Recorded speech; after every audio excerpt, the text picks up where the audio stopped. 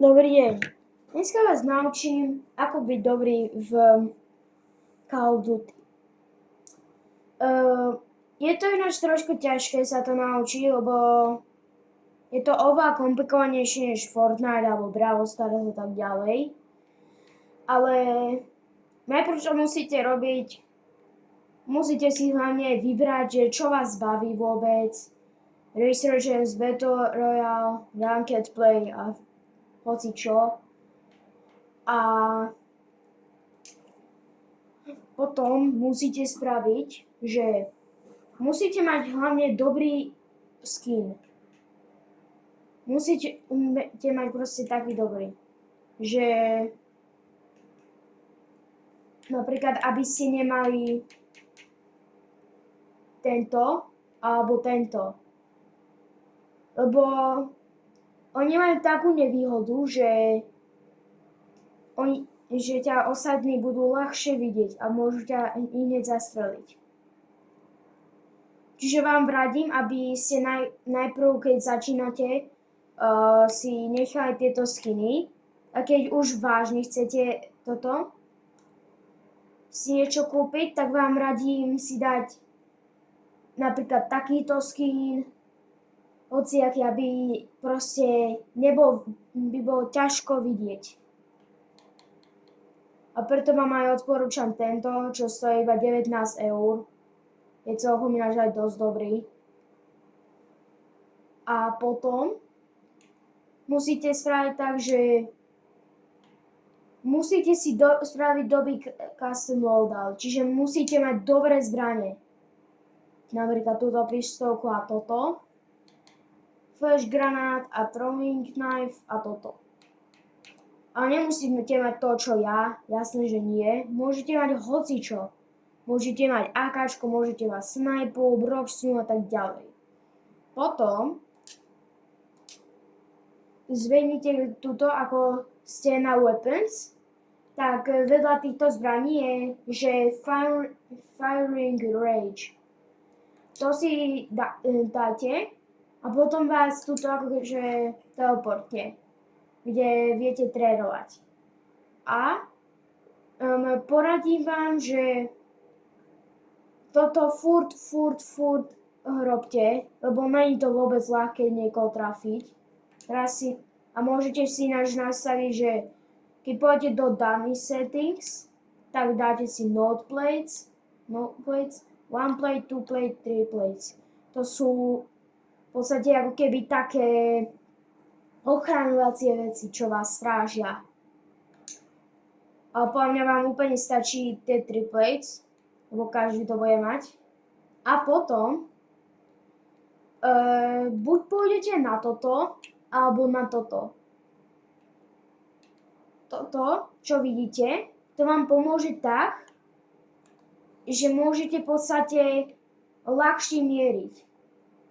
A nemusíte takto, že proste nemusíte toto robiť. Čiže keď pôjdete na toto, tak vám ešte poradím jednu vec. Keď to takto vyjde napríklad hore, tak vám poradím, že dávate to po kúskoch.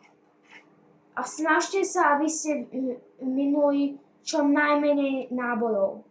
Napríklad z tejto ďalky. Stráte proste po kúskoch. Je to lepšie. A keď pôjdete na toto, je to trošku horšie, tak vám to v podstate takto vyjde hore. Teraz som to trošku posúval. Takže musíte sa čo najviac držať dola, tam, kde bude tento panáčik. Neviem, či budete veľmi tomu rozumieť, ale takto z dola. Lebo bude to mieriť nahor. Bude to mieriť hoci kde potom, keď to necháte iba. Lebo aha. A toto. Vidíte?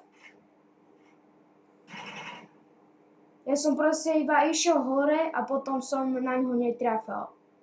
Čiže musíte po kúskoch takisto, alebo pôjdete z dola. Počkajte. Prepáčte. Alebo poďte iba takto. Že z dola, lebo potom budete dávať oveľa väčší úder. A to je asi všetko, čo vám môžem povedať. Alebo keď sa chcete niečo naučiť, tak vám potom ukážem. Počkajte.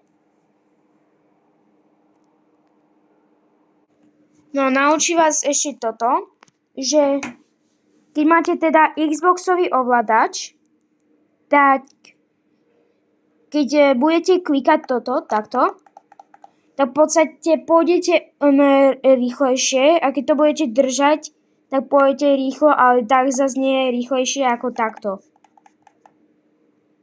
A poradím vám ešte toto, že keď budete držať Bčko, takto,